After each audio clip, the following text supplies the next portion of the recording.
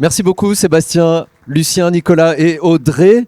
Eh bien, je vous propose pour la suite de cette journée d'accueillir Hakim Oural, le membre du collège de l'ARCEP, pour une keynote de 15 minutes. Hakim, la parole est à vous. Merci aux organisateurs. Alors, il me semble, parce que vous ne savez pas, mais moi je suis nouveau à l'ARCEP, enfin, presque nouveau, parce que je suis arrivé en février dernier.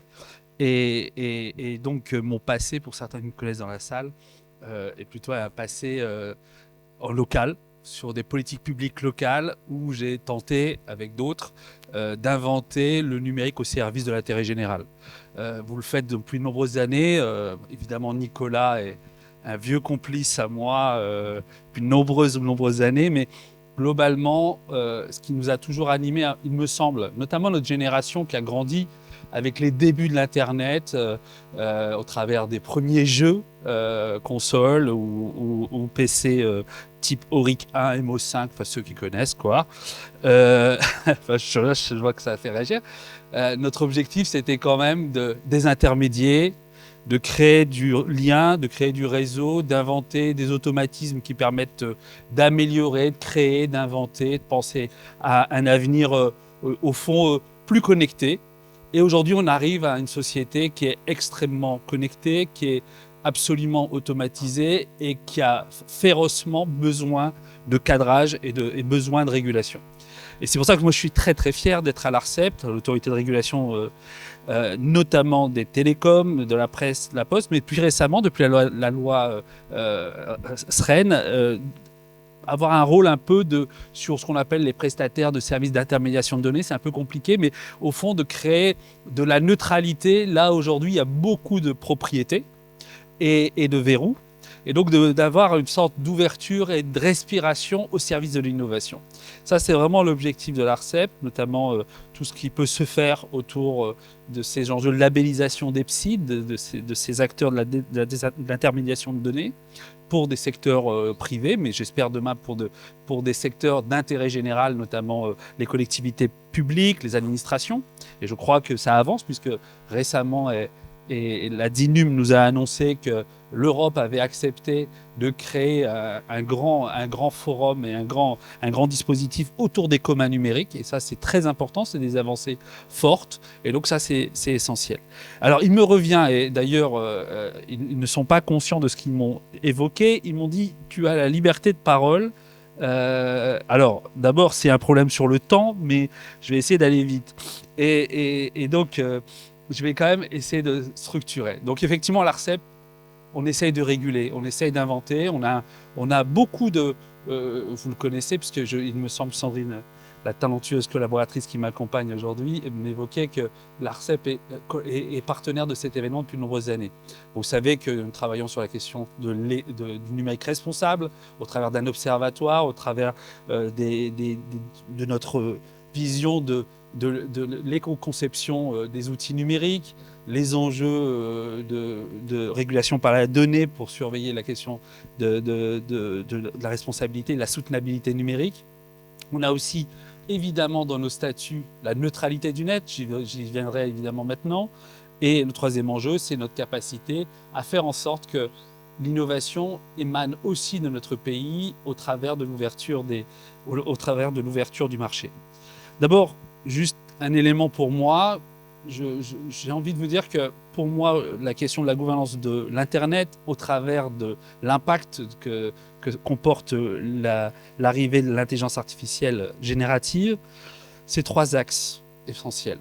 D'abord, celui de la recherche-innovation et de quelle manière nous nous positionnons aujourd'hui en France et en Europe face ou avec ou à côté des géants internationaux, notamment des plateformes américaines.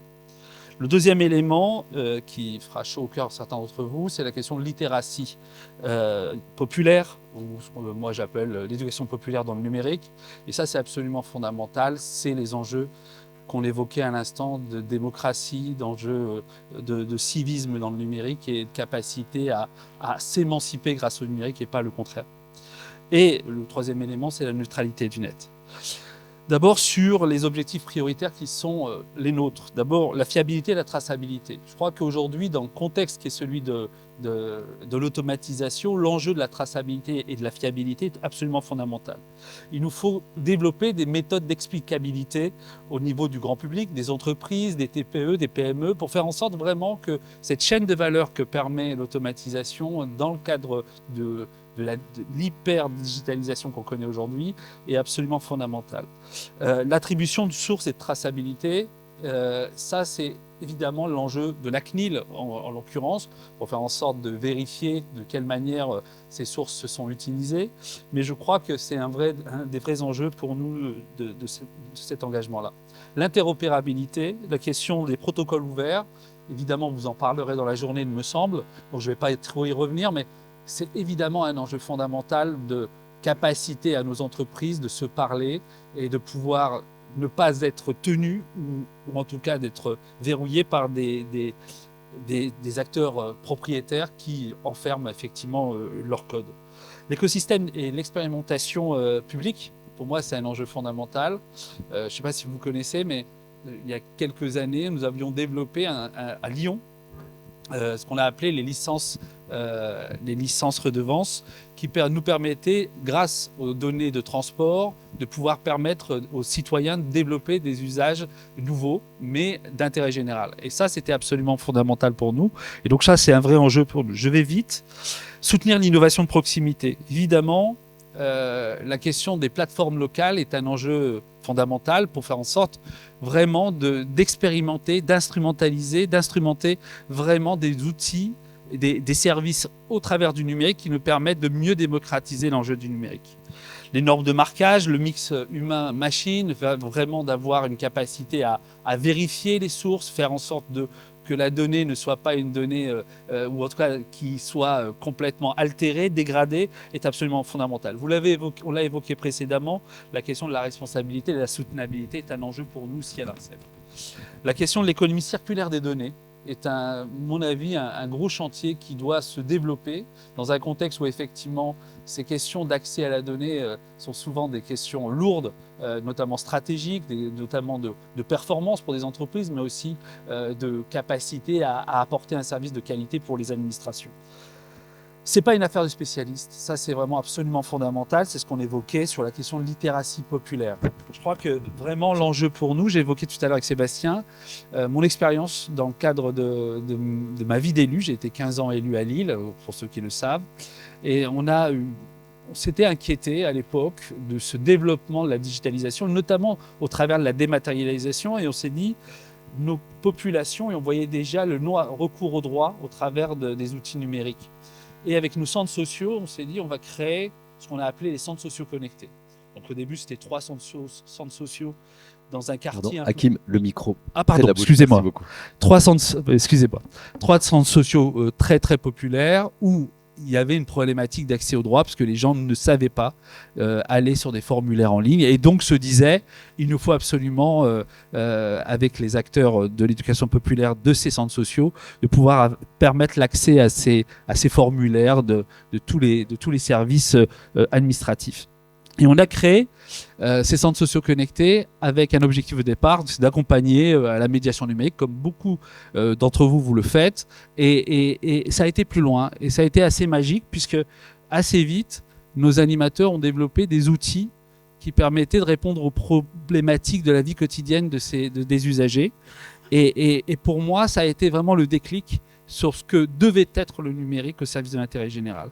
C'est de ne pas répondre à des problèmes macro, mais de pouvoir être dans la proximité de la problématique de la vie quotidienne de nos concitoyens. Et ça, c'est absolument fondamental. Et à l'ère de l'automatisation et de l'IA, il nous faut absolument réinventer ces process-là, d'accompagner les acteurs de l'éducation populaire pour qu'ils soient des acteurs et des catalyseurs de l'innovation technologique et dans le cadre de l'IA en particulier, de pouvoir utiliser ces outils à des fins positives dans leur vie quotidienne.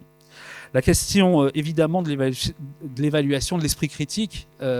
Alors évidemment, moi à mon tour, je ne peux pas ne pas évoquer cette journée qui vibre aussi de tristesse, mais qui nous rappelle que le numérique, les réseaux peuvent être aussi des espaces de non-contrôle dans le cadre des valeurs qui nous lient les uns les autres. Et ça, c'est absolument fondamental. La question des valeurs que nous diffusons, nous laissons diffuser sur les réseaux, notamment sur les plateformes, est absolument un enjeu de démocratie et de capacité à notre vivre ensemble demain. Je crois que la question de l'esprit critique, la compréhension de ce que sont les contenus qui sont en ligne sont absolument fondamentales. Et le travail qui est fait entre la CNIL, l'ARCOM et l'ARCEP est à ce titre important, puisque nous essayons de trouver toujours les moyens d'intermédier, de faire en sorte que ces contenus soient accompagnés de médiation et d'esprit critique. Sur la démocratie numérique et la participation, nous souhaitons qu'il y ait plus de transparence décisionnelle, notamment exiger comme la loi République numérique de 2016 l'évoque, que les codes sources des algorithmes soient beaucoup plus transparents, qu'ils soient accessibles et qu'ils soient questionnables par des citoyens. Ça, c'est pour nous fondamental. Dans nos vies quotidiennes, évidemment, c'est complexe puisque ces outils-là ont imprégné nos vies dans notre quotidien et font en sorte aujourd'hui d'être invisibles. Mais aujourd'hui, des questions de démocratie se posent. La question de la participation citoyenne, je crois que c'est le sujet, au fond, c'est votre ADN dans le cadre de la gouvernance de l'Internet. Mais la participation citoyenne doit se révéler réellement. Vous évoquiez, j'aimais bien Nicolas ce qu'il évoquait tout à l'heure, sur le fait que les spécialistes de la gouvernance ne doivent pas seulement parler aux spécialistes de la gouvernance.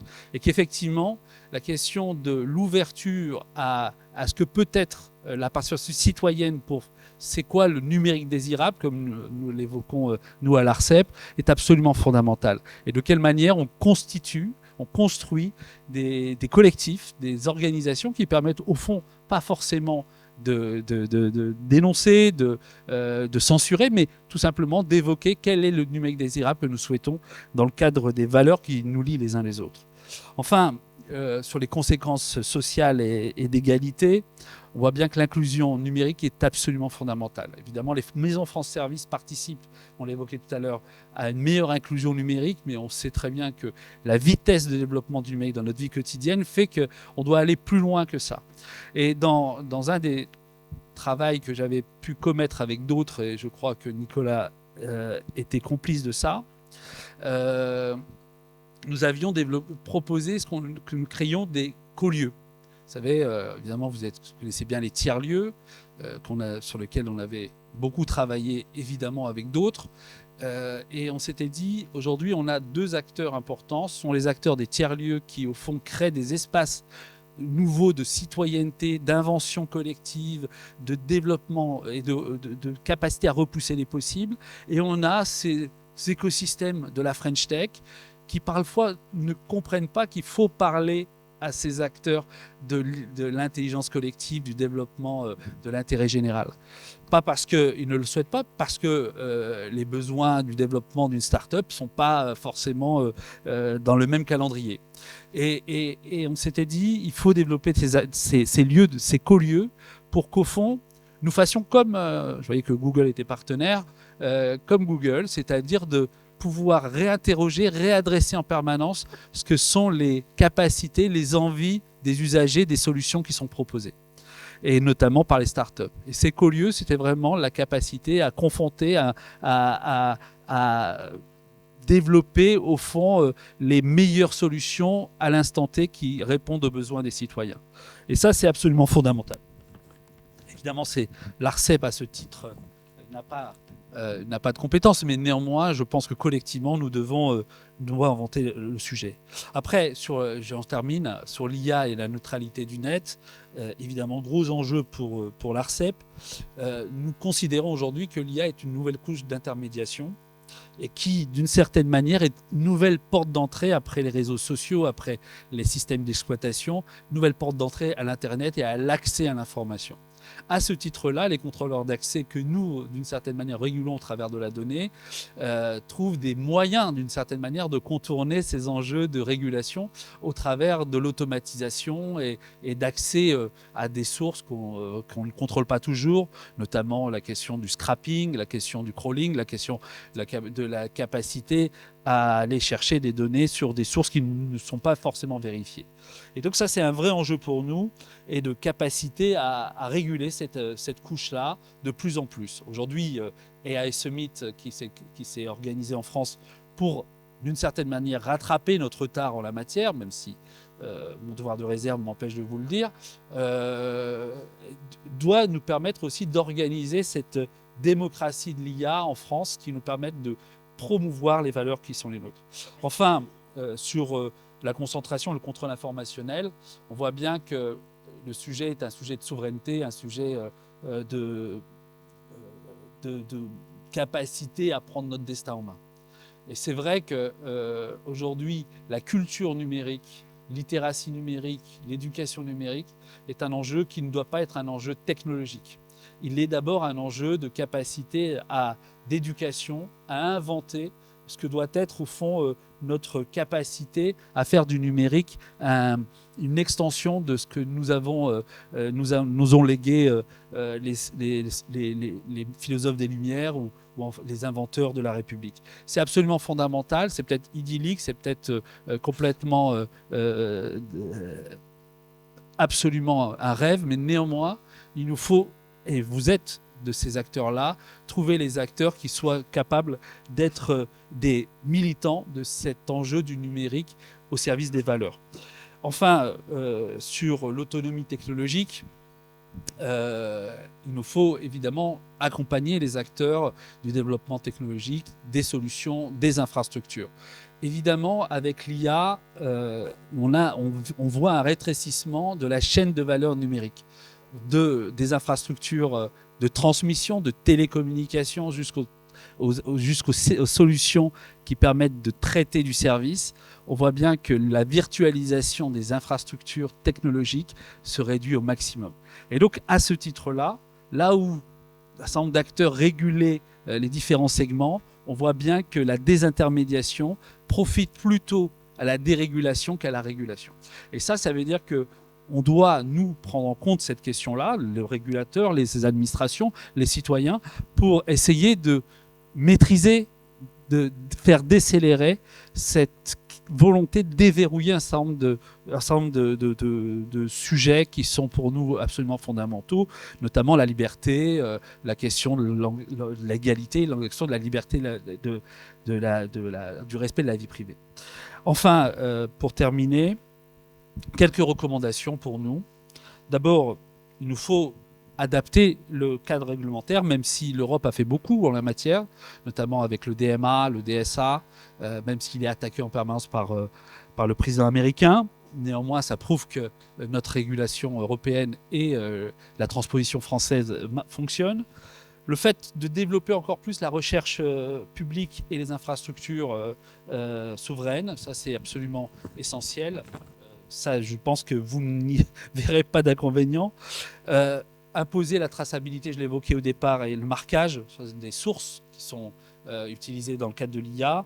Faire en sorte qu'on développe au maximum l'ouverture. En général, l'ouverture technique des infrastructures, l'ouverture des réseaux, l'ouverture de la transparence des codes sources des algorithmes, et faire en sorte qu'au fond, il n'y ait pas de loup dans la chaîne de valeur technologique et numérique en France. Et déployer une stratégie nationale associative autour de la question du numérique. Bon, je crois que vous y êtes présent depuis de nombreuses années, mais il faut accélérer ce mouvement-là dans un monde où le numérique, évidemment, est absolument présent dans nos vies à chaque instant de la journée, de nos journées. Enfin, au niveau européen et au niveau des États qui le souhaitent, d'avoir un numérique au service de l'humain et pas au service de l'intérêt financier. Ça, je pense aussi que nous partageons cet avis-là. Enfin, sur l'IA générative, j'en terminerai juste là-dessus. Je pense que notre enjeu à nous, au niveau national, est un enjeu qui vise à remettre la question de des valeurs au cœur de la stratégie politique du numérique. Le rôle d'un régulateur est de permettre que l'écosystème économique, technique, soit au rendez-vous des besoins des entreprises, des citoyens dans le cadre des usages. Néanmoins, nous construirons, nous façonnerons les usages en fonction de notre capacité à inventer un numérique qui soit désirable, qui soit au service des communs. Et ça, c'est un vrai enjeu que nous défendons. C'est pour ça qu'au travers des travaux de l'ARCEP, avec le PEREN, qui nous accompagne là-dessus, nous allons proposer dans quelques temps la question de l'impact de l'IA dans le cadre de la neutralité du net et de proposer un ensemble de choses que je ne vous révélerai évidemment pas aujourd'hui puisque je laisserai l'ARCEP le présenter de manière très officielle. Néanmoins, tout ce qui lie à faire en sorte que l'IA, la gouvernance de l'Internet, soit un acte, au fond, de liberté, doit nous animer à chaque instant que nous prenons une décision. Et en l'occurrence, la première décision que nous devons prendre, c'est de faire en sorte que ce numérique soit le plus ouvert possible et soit le plus accessible possible à tous et pour tous. Merci beaucoup, Hakim. On va approfondir et tous ces sujets que vous venez d'évoquer dans la plénière d'ouverture.